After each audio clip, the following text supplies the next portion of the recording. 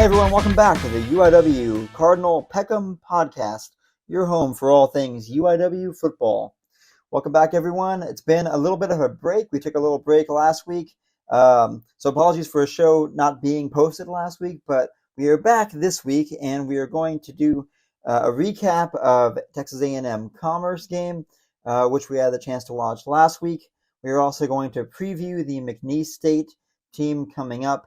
And then we're going to look at some FCS games around the league.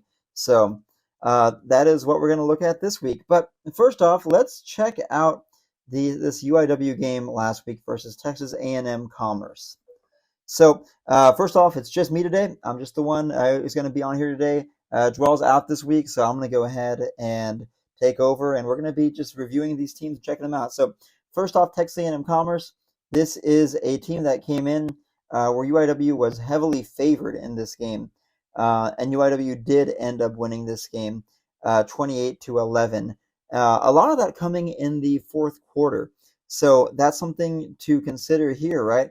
And Texas A&M Commerce came into this game 1-3, and 1-4, and 1-0 in the conference. Of course, left the game 1-5, 1-1 in conference.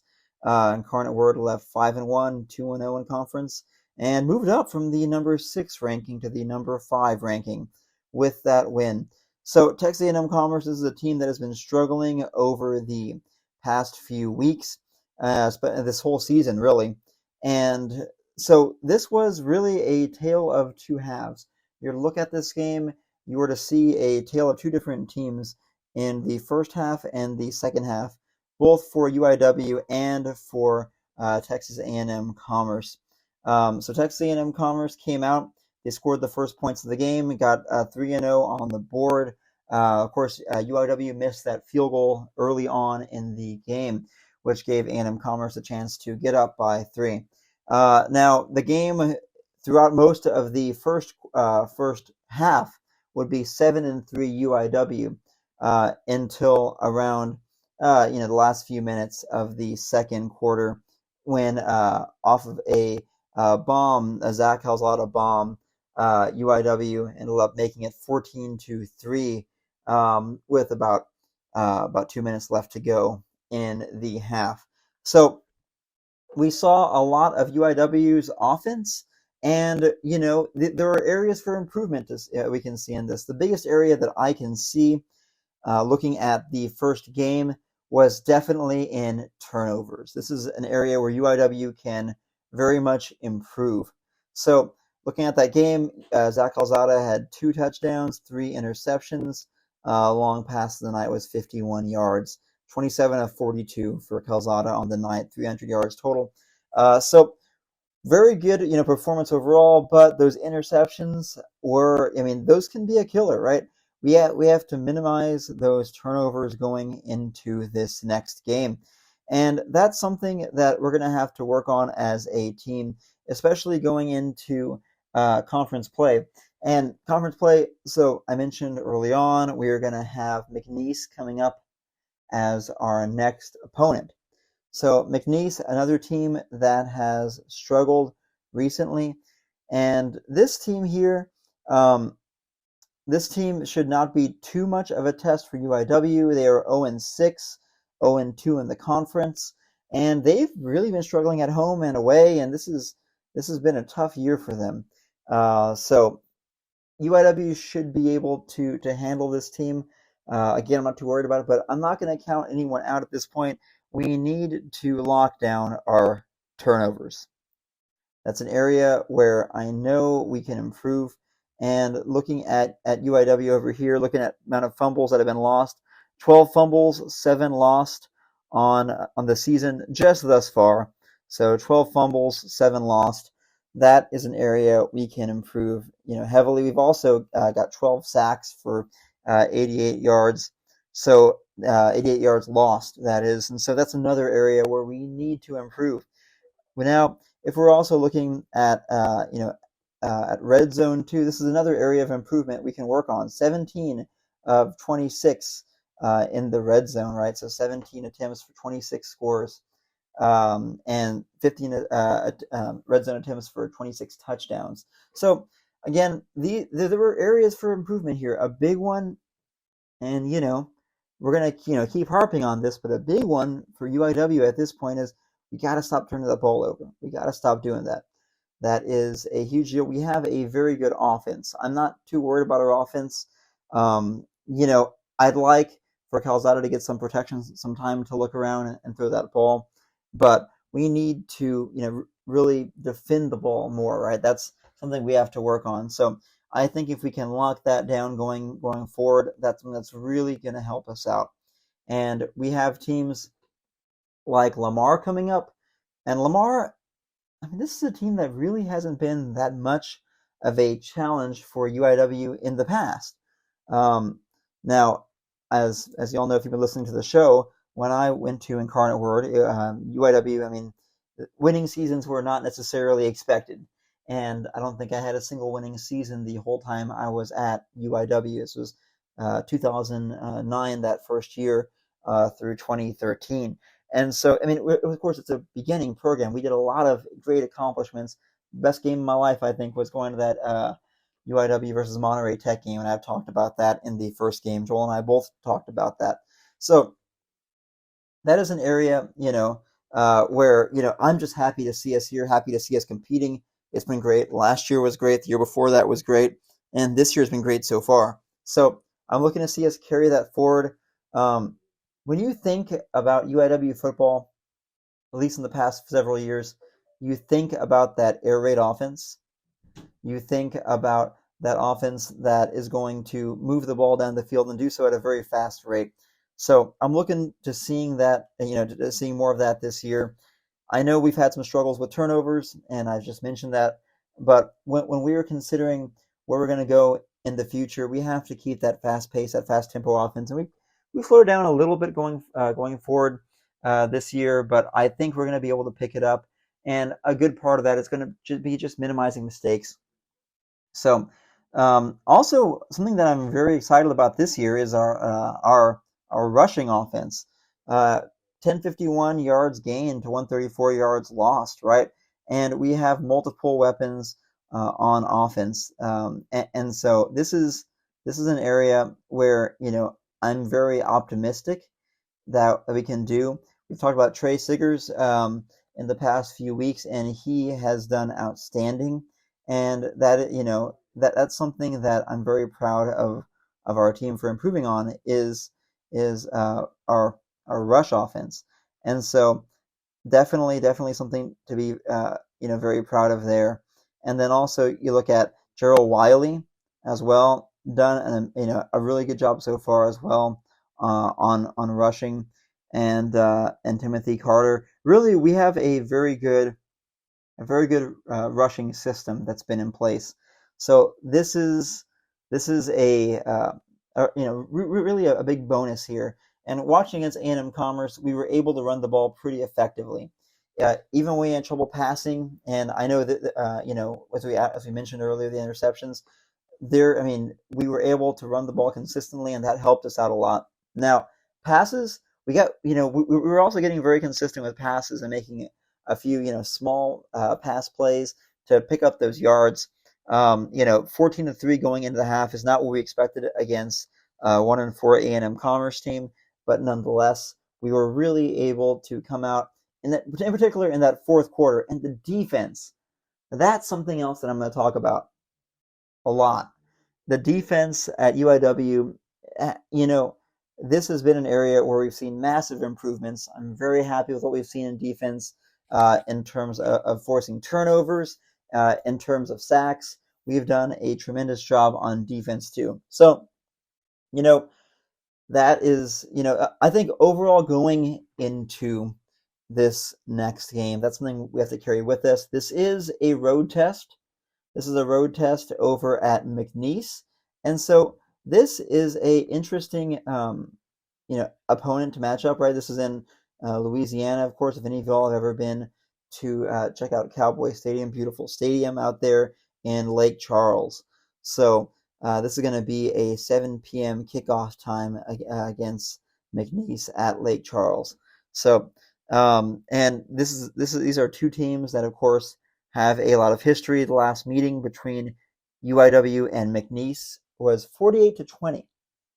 And, of course, that was at Galen Tomlinson Stadium at Incarnate Word. So 5 wins to 4 losses overall. And that's our overall record, right?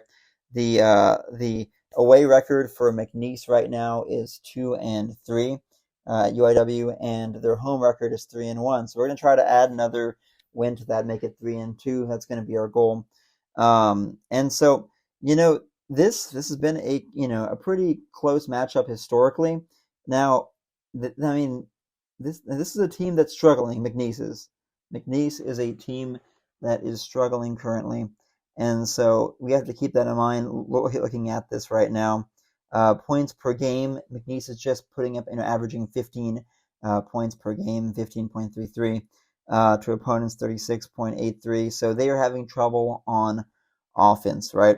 Rushing is an area 37-73. This is another area where they can improve. McNeese can, but UIW is going to use all this to our advantage, and that's what we're going to come into this game checking out.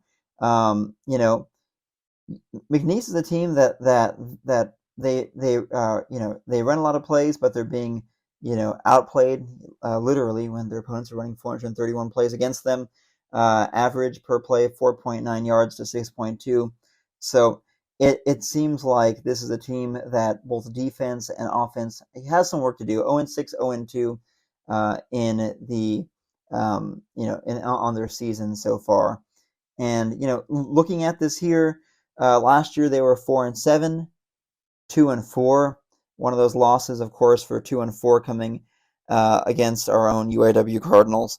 So this is an area where UIW, I feel like this is a good test for them here, a good road test, a good Southland test. And, there's been a lot of talk recently. There's been a lot of talk about UIW and the Southland Conference and whether or not our strength of schedule warrants us being ranked. Well, now we're ranked number 5. Now we're ranked number 5, from number 6 to number 5. And there has been a lot of talk about whether we deserve to be ranked number 5 with a lot of smaller independent polls showing UIW at number 15, number 16, and so on and so forth. And that's mainly due to strength of schedule here, right? And so now looking at this is not, obviously we're going to look at this. The schedule is what it is. That's what we're looking at here. The schedule is what it is. This is our Southland schedule. We had a lot of teams leave for the WAC. We had some teams go FBS. Looking over at you, Sam Houston over here, right? Sam Houston is or go FBS. Sam Houston went FBS, and they've been taking their own lumps in the FBS over here. But teams had conference realignment. This is one of those areas that has affected UIW, and it's going to affect everyone in college football in general. Period. So if we're to look at UIW and we are to say, well, our strength of schedule isn't as much as any other conference, like if we're to look at this and compare it against other conferences, yes, this is a critique that can be made, and it's a valid critique, right? But UIW still has to win out, and that's easier said than done. When you're playing these games, you're playing teams, like McNeese that are coming up, which, these are historically rivals. Like McNeese has a winning record against UIW, right? 5-4, what we just said earlier. But this year they're 0-6. Southland, no wins against FBS teams. And Southland teams have struggled very much this season in general. So when we're looking at this, yes, strength of schedule is a factor, right? That is definitely a factor. So that's something to think about, right? That's something to think about. Yes, we could compare UIW and Southland to Big Sky, Missouri Valley, and so on and so forth. And look at all these conferences here, and that's definitely something we could do. But if we're UIW, we're looking ahead. Here's what I gotta say: we have to just block out the haters. We got to move forward and say we have to win out our games. And if we win out our games, we have a good shot of hosting a playoff game, second round potentially. And so this is an area where we really have to kind of lock in and say our schedule is what our schedule is. We got to give 100% every single game. And looking at that and knowing that we have schedule coming ahead, we have teams who are historically not done too well, like Lamar, who are doing pretty well this season, and so we're gonna have to go face them over in Beaumont, and so we have tougher games coming up in the Southland, and we can't take our foot off the gas. We have to keep moving forward because you can't take any game for granted, especially a conference opponent, especially an opponent that we've historically gone back and forth on. So looking at this McNeese game again, I think we're going to do pretty good. Not too worried about it, right? But this is definitely a benchmark for UIW. So I really want to see how we do. I want to see how we pass against this team. I want to see our running game, pick it up and us utilize that run game a lot. I love when we run up tempo. I love when we do up tempo runs, and that is something up tempo offense in general. I love when we run the ball, then do quick passes, and Calzada's good at that. This is something he's really good at. He's good at spreading the ball around, finding a bunch of his receivers all across the field, and so that that's an area where I am very much very optimistic, right? He's good at finding Caleb Chapman, Brandon Porter, Jalen Campbell. We have to distribute that ball. Brandon Porter, of course, leading the team in yards, receiving yards. So, then of course Caleb Chapman, Brandon Porter tied in receiving yards right now, in touchdowns right now, along with C.J. Hardy. So, we have to distribute the ball around. We have a lot of good weapons, and we are a team that we're pretty deep. We benefited a lot from a very good transfer portal class, and this is an area where I've seen UIW shine, and so I'm looking to see more of that. So, going forward, right? I really want to see, how Clint Killa calls the plays. I'm very happy to have Clint Killa as our coach right now. I'm very pleased with what he's done so far. And he's someone who has a UIW pedigree, right? A very young coach, but has a UIW pedigree. And, that makes me optimistic. Yes, we did great under G.J. Kinney. And Lindsey Scott was a phenom, just did amazing. And, obviously, Cam Ward, he really, came into this program, put UIW on the map a few years back. And Eric Morris, of course, as well. And, they're all out there doing great things. It's been fun to watch Cam Ward play over at Washington State. And, also watch the rise of Texas State over there with G.J. Kinney. They're looking to make a bowl game this year. That's what they're going for over there. So not bad, for the first time in, I think, a long time, if not ever, for Texas State. I could be wrong on that. But this is an area where, UIW has seen, turnover in coaches and in players. And so the fact that we have Clint Killa here right now, and he is someone who is a UIW alum, someone who has played in the program, yes, a very young coach, but someone who has played, as a Cardinal here at UIW, and kind of knows what our culture is about. I'm looking to see how he evolves as a coach and goes forward. I think that's going to be a really, really interesting storyline. And, our fourth quarter against Texas A&M Commerce was amazing. Want to see more of that going forward, right? Want to see more of that. Our defense showed out, and like I said earlier, I am impressed with our defense. So I need our defense to keep showing up. And this is a very full team. This is a team that's strong defensively, strong offensively, and yeah, the critique they could make of us right now is that our strength of schedule, is not the same as Big Sky, Missouri Valley teams, right? Yeah, they can say that, but we have to just keep showing up. We have to keep showing up every single game and playing, and proving the haters wrong. Just keep playing. We're number 5 right now. We're moving the ball around. We're number 5, right? And if we keep showing up, winning, we're going to be doing some really good stuff here. So I'm very much excited to see, where that goes in the future. So really, really cool. Excited about this. Now, let's turn our attention, right? Oh, I guess I should probably give my take on what I think the score is going to be this week. I think UIW is frustrated. I mean that in a bad way. I think UIW is frustrated by the win last week because that win should have been by a lot more. So I think we're going to come into this game with a chip on our shoulder. I think we have something to prove. Let's not underestimate McNeese, of course, because they also have a chip on their shoulder. I mean, they're winless, right? And if any of y'all watched Josh Pate, listen to him. He says, the most dangerous dog is, in the fight is the one who is wounded, right? The most dangerous animal is the one that's wounded. And McNeese is obviously very wounded this season, so they're going to be coming in, and they're going to be hoping to kind of show out and prove people wrong, right? So that's what they're going to want to do, right? So, and they have some playmakers, right? On offense, Durham D'Angelo or D'Angelo Durham. So this guy over here, I mean, he's able to run the ball, pretty effectively, right? 391 gain to 21 loss, and so we can look for him to be running the ball.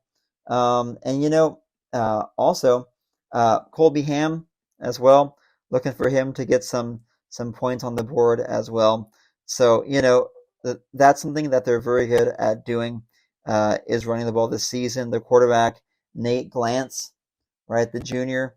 So he's going to be coming in here, and he has 71 completions to 144 attempts, 5 interceptions, and interceptions are something that he's struggling with. So hopefully our defense can kind of show up and show out and get some of those picks on this game as well. Maybe even force some fumbles. That would be amazing. So, we're looking at this team here, and I'm never going to write off a Southland team because these are conference opponents. I think UIW should be able to come in and take care of business, though. So I'm going to call UIW 48, McNeese 14. So that's what I'm going to say. 14, yeah, 48-14. So that's what I'm looking for this game. I'm looking for UIW to really show up on offense. I even say, I think 48 is a pretty good number to look at here, and I really want to see us air that ball out more, but do so in a very cautious way, right? I want us to be able to protect the ball with our passes, protect the ball with our rushes, not turn over the ball too much. That's key going through, and I am very certain that Clint Pillow has told this team all about that going forth. So, again, guys, 48-14, right? Looking forward to this game, and I really want to see UIW score big against McNeese. So, yeah, very good. Now let's look around the FCS. We have Montana State at Sacramento State, and that is, of course, the FCS game of the week, right? Kickoff is at 10:30 p.m. Late night game, right, in Sacramento. So this is something. I mean, Sacramento State's a team we're used to playing over at, or last year when we played them in the playoffs. So Sac State coming in here 5-1, 2-1 in their conference. Montana State 5-1, 3-0. I'm looking at this. Montana State. This is a number 2, number 3 matchup. This is a big game here, right? So Sac State, they lost to Idaho, and they have to win this game.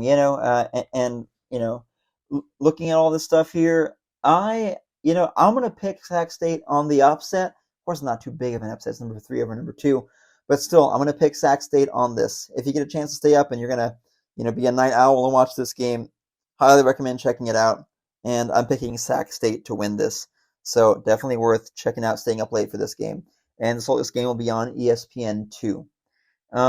So let's look over here. Turn to the Ivy League real quick. Number 18, Harvard at Princeton. Man, Harvard. Don't you just love Harvard Stadium? Harvard's got a beautiful stadium. And I was scrolling the internet and I happened to see some posts about Harvard Stadium. Just beautiful stadium over there, historic. Yeah, this isn't a hard pick for me. I'm going to call Harvard over Princeton, number 18, Harvard ranked. So yeah, definitely going to go with them on that. Furman at Western Carolina, 5-1 Furman, 3-0 against Western Carolina, 5-1, 3-0 as well.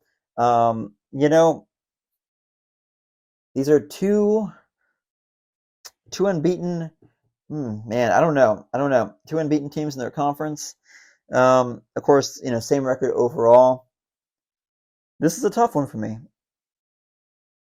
I'm gonna go Furman on this. I've always been impressed with Furman's offense, so I'm looking forward to seeing what they do. But yeah, let's go Furman on that one. All right, South Dakota State, Southern Illinois. Man, do I even have to say it on this one? South Dakota State. Yeah, South Dakota State. Let's chalk this win up for them on this one. And South Dakota State, and this is a team that's really been a thorn in the side of North Dakota State, who he lost to, of course, in the playoffs last year. A heartbreaking loss. If any of y'all watched that, if y'all are listening to this podcast, I assume a lot of y'all watched that, right? So heartbreaking loss. But South Dakota State, right? I'm going to pull them to roll in this one over Southern Illinois, the Salukis. Another team we faced last year, first one we faced at home, great game. Still remember when the lights went out on that, and Lindsey Scott's amazing flip in the end zone to kick off that season. What a great start to the season last year. All right, here we go. Moving to some Southland schools. Nichols at Texas A&M Commerce, who we just faced. Honestly, like A&M Commerce did not do too bad against UIW. They held in there for a good amount of time. This game will be pretty telling. Nichols, of course, undefeated in Southland right now. A&M Commerce 1-1, courtesy of UIW there.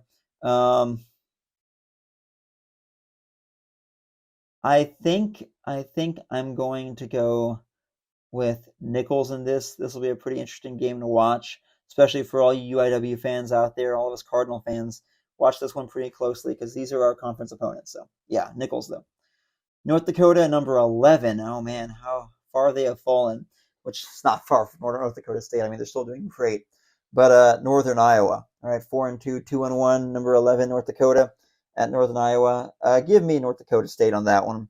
They got something to prove.